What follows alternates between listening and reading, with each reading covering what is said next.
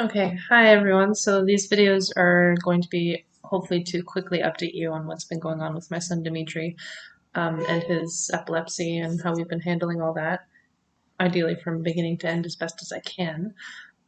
So my son Dimitri, he's about 3.5 years old, and he has an unknown form of epilepsy. They haven't been able to diagnose what type yet. He had his first grand mal seizure when he was around 2, I believe. And it was just one kind of out of nowhere. And there he is taking a nap right now. So we brought him to the hospital, and for the first one, they usually brushed off as the possibility of just a febrile seizure, which means he had one due to a fever. Apparently, they're common for little kids, and everyone will apparently odds are they'll have like one at least one seizure in their life. So they don't rush into tests or anything for the first one. As things progressed, he ended up having more. He'd only have one here or there. So like they were scheduling MRIs and stuff like that, and we were trying to get it all worked out. But eventually, what happened about 4 months ago now is he all of a sudden had a cluster of grand mal seizures. So that basically means he was having one, and then a little while later, he was all of a sudden having another one. And then a little bit later, he had another one. So we obviously rushed him to emerge, and that day they sent him to a more experienced hospital that would be able to take care of him. And since then, we've been getting the MRIs done, the EEGs done, and putting him on medications. And they had diagnosed him with epilepsy at that point. So the MRI never showed anything. The EEGs have shown that he is having the grand mal seizures for sure, which are the noticeable ones where the whole body convulses. As time progressed, he's had more EEGs, and they've noticed he's also having atonic seizures, which are also known as drop seizures. So he just kind of all of a sudden drops and then comes back. So, like, you could be spending time with him, and then he'll just kind of all of a sudden just fall over, and then he'll come back, and like it's almost like he forgot what he was doing, and he'll just go right back to it. They can get pretty bad where he'll just have them like quite a few in 1 minute alone. It'll just go on through the whole day. So those have been a bit of a problem trying to get those in control as well. He's had absent seizures where he just kind of spaces out as well. So he's had like pretty well every type. We're trying to get them all under control.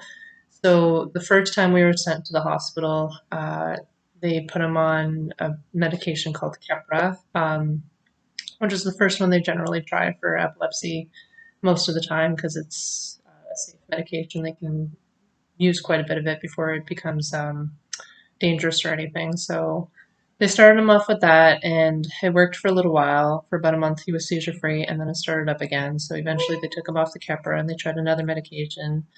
And again, he worked. It worked for a little while, and then the seizure started up again. So we went back to the hospital. So we've actually come back to this hospital about 4 times now.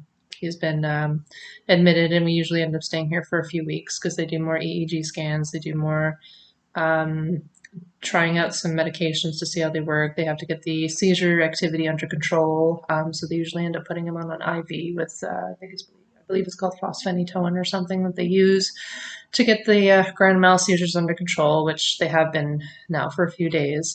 He's been having the atonic, so now we're trying another medication to deal with those. Um, so it's been quite the ordeal. We generally, if he walks around, we pretty well have him with a helmet on all the time now because there's no triggers or signs or anything for whenever his seizures just all of a sudden start up. Um, like we kind of get some warning signs here and there, but in terms of when it's going to happen, it could be like 3 days from the warning sign. So we generally try to keep a helmet on him all the time now. Right now, he's still unbalanced because he's still having quite a few atonic seizures, but the new meds seem to be helping a bit.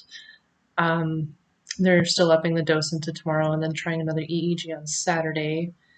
Um, so there's been quite a bit of development in the last 4 months alone. We've been looking into funding and everything. The social worker's been helping us out with that. Um, yeah, so it's really the overall, basically the overall of what's been going on in a nutshell. Um, he's had as many as 20 grand mal seizures in a day. And in between those grand mals, he'll end up having like myoclonics and the atonics and whatnot. So whenever they get really bad, he can't really do anything. So they have to really get those under control. He never really has any that goes into the 5 minute mark. So his oxygen levels are always okay afterwards and everything. But then whenever he starts having like as many as 10 in a day, he pretty well becomes unfunctionable. Otherwise, he can't like walk or eat or talk or anything in between the seizures because it's just way too much going on. So they we're trying to find a rescue medication that works for him at home still. We haven't been able to get a rescue med to work at home, which basically means we pretty well always have to take him to the hospital to get it under control. We can't really keep him home because we can't get it under control at home. So it's been quite a battle of trying out meds that will last in the long term. We always go through what they call a honeymoon phase with epilepsy, where it works for a little while and then it just doesn't seem to carry on. So we still got them. We got them on quite a few right now, and we're trying a couple more new ones that are coming in. So hopefully we'll find something that works. But it's always kind of a low percentage of chance that it will work really great for him. But all we can do is keep trying until they can actually figure out what type of epilepsy he has. They're looking into genetics right now, and it's really hard to pinpoint exactly where in the genetics it could be because there's like apparently 20,000 genes and we only know about 5 to 7,000 of them. So the odds of them actually finding the exact gene that is causing this is still low chance. So like when it comes to being able to actually manage this 100%, that may never happen unless we get really lucky and we happen to just find the med that works for him. So it's a lot of trial and error and a lot of sleepless nights and a lot of force feeding meds until like we get it to work.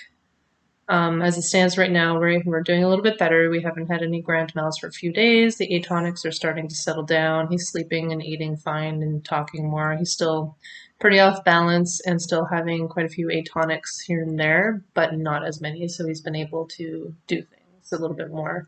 Not quite himself. He gets tired a little bit easier than he would normally.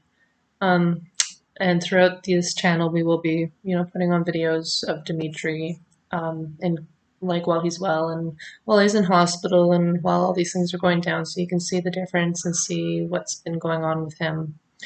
And hopefully, this will either help you through anything that you're going through or help you see what it's like to deal with these sort of issues, these ongoing issues where it's just really hard to find the cause, and it's quite a battle anyway. But anyway, so that's it for this video. I'll do a few of these every once in a while just so that way anybody who is following this channel can see the updates as we go, and we will be putting other videos obviously other than these so you can actually see what's going on.